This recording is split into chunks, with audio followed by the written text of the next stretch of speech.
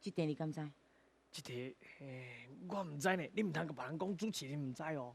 哦，我拢唔知。你唔知，我家己嘛唔知。你嘛唔知？对啊。这下要安怎啦？什么一下要安怎？看遮就知啊。哈？咱定定讲无正经的查某囡仔三八，唔过这个词原底的意思是啥物咧？我想看觅，无正经讲咱三八的，嘿，原本的意思，满24岁，为什么是三八的？384啊。嘿，382啊。382。啊，外国的查某囡仔同款意思，外国的查某囡仔较三八。是安尼吗？爱讲话的人唔讲300这个代志。无嘛吼，嘿，也是爱讲话，因为咱遐人爱讲话，拢会啊，你300安尼。我想到啊，是毋是讲38就是外国人定的日子嘛？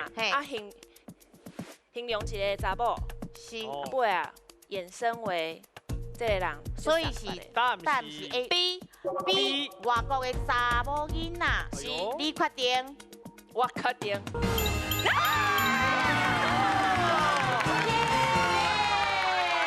咱即个所谓的三班吼，迄个来源是安尼，就是以早千古时代，迄个有开港通商啦吼，啊，即个港口会足侪外国人来有无吼？啊，所以但是迄两阵开港敢若初八、18、28，若拄着八才有开港啦。啊，所以迄个时阵来的即个外国查某囡仔吼，对咱台湾来讲，敢若讲咱台湾迄当阵较保守，看到迄外国查某人穿甲足开放的啊吼，啊，就感觉讲即种查某囡仔安尼哦无好安尼吼，啊，迄个时代就讲拄着即个八，哦，拄着即个八初八有无？所以3个8礼拜的即个外国查某囡仔，感觉足幸福的。迄个转来讲啊，即个查某囡仔做三班，啊，毋过嘛毋是干那讲查某囡仔会当讲三班尔哦，亲像有时啊查甫中间有无？查甫人中间会讲啊三班兄弟啊有无？哦，是安尼来的。道理。